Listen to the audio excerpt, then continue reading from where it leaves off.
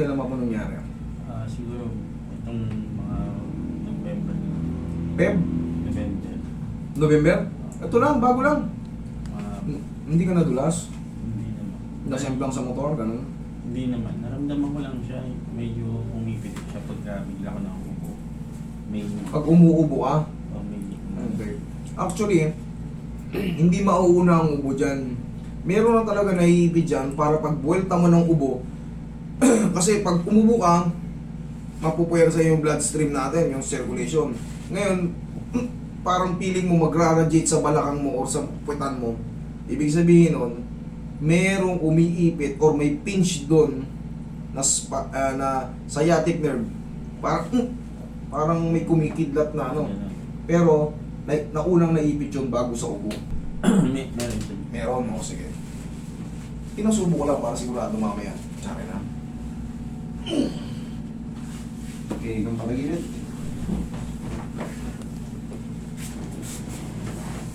Relax lang.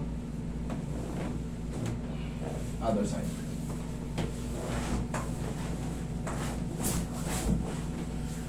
Sa tingin mo, idol, ng mga nakaraang buwan or nakaraang taon, bumibigat ka or gumagaang ka? Sa tingin mo lang, nag-gain ka? Okay.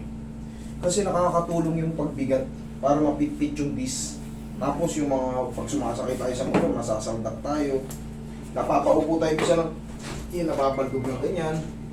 May ano yan, may tulong yan, parang compress yung disc natin.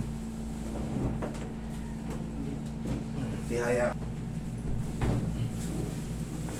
Sa panahon ngayon kasi ang hirap mag-diet. Ang daming mga murang-murang anli. Pero wag na kayong magtaka kung bakit walang dahilan. Sumasakit na lang yun, bigla na lang may nag-ground. Yun nga po yun, ganun nga nangyari. Nakakatulong yung bigat natin para makompress yung mga disc natin. Tapos all of the sudden, ano to? May manong nadulas. Tingnan na may kumikirot. Pag umuubo ko, may nagra-radiate na hindi mo mawari.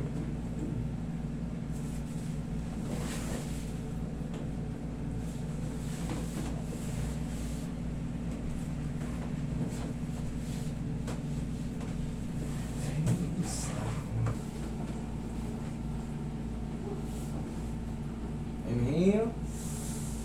Exhale. Yan ang muna.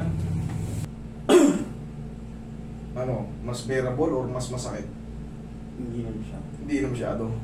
Okay, thank you. Ganito mangyayari dyan, bossy. Napakawala na natin yung pinch. Yung mga tumutunog-tunog sa katawan natin, may purpose yan. Yun yung tinatawag natin mga facet joint. Pag mali ang ano mo dyan, lalong kikirot yan. Kaya tinatanong kita sa paghiga pa lang. Kasi minsan, pag nakaipit yan, may certain position na talagang hindi ka tatagal. Ano yun? Days, dire-diretso na yan. Mawawala na yan. Tapos tuturuan lang kita ng... Pwede kang bumalik sa akin, second session, pero kung kakayanin mo na ng mga... Susundin mo na yung gagawin ko, baka hindi na tayo mag-second session. Baka one shot, delete na yan. Okay, naranas ng mga panakanakang binabalakan kayo. Pagising nyo lang sa umaga, parang nakapagtrabaho na kayo maghapon, ang bigat kagad. Ganunin nyo lang. Maniwala kayo sa akin, ang laking tulong kayo. Sige, sinelas ka doon. Parang tutuurin mo yung noo mo. Yan. Ikaw nga. Ayan, kabilang side. Yan. Okay, upo ka. Susubukan natin ngayon. Upo ka. May konti pitik. Konti lang. Sa tingin mo, nakatulong yung ginawa ko, hindi? Nakatulong siya. Okay. Yung konti na yung bossing, gaya nga na sabi ko, observation tayo. Kung meron pang matira, pwede kang bumalik. Friday again. Pero kung wala na, enjoy life na. Tapos kapain mo yung dito mo, yung muscle mo ha. Dito ka tayo. Medyo ano na siya. Galit na galit yung muscle mo. Kaya, syempre, minamassage natin, pero hindi ko dinidilan. Pero obserbahan mo ha. Kasi yung muscle mo, hindi yung regular ng tubo. Okay, baka nagsuswell na rin siya pagka ano. Pero, yun nga, under observation kasama yun within 4 to 5 days. Tapos mag-report kayo sa akin kung meron pa. Pero kung wala na, enjoy life. Okay? Thank you so much.